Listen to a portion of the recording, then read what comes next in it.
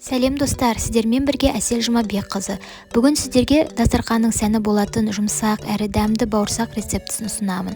Видеоны қарамас бұрын каналыма қосыл. Ең алдымен жылы сүтке қантты салып, оны жақсылап араластырып, кейін қопсытқышты қосып, тағы да араластырып, қопсытқыш көтерілгенше қойып қоямыз.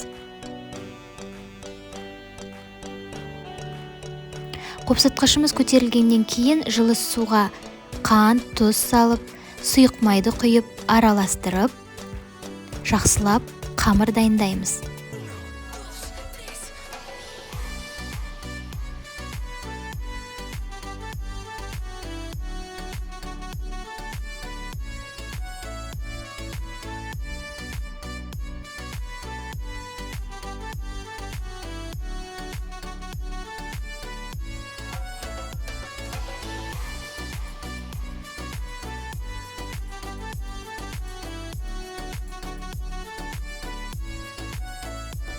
Осындай әдемі қамырымыз дайын болғаннан кейін оны бетін жауып, көтерілгенше қойып қоямыз.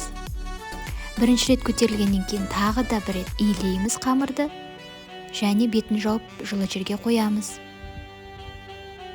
Екінші рет көтерілгеннен кейін қамырымызды жайып, бауырсақтар дайындаймыз. Сіз қалауыңызша жасасаңыз болады. Квадрат, жүрек, немесе жұлдыз формасында. Ал мен осындай дөңгелек формасында жасадым. Майымызды қыздырып дайындап қоямыз.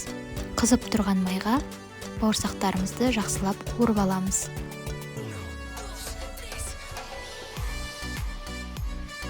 Астарыңыз дәмді болсын, каналыма қосылып, лайк басуды ұмытпаңыздар. Келесі рецепті күтіңіздер. Сау болыңыздар.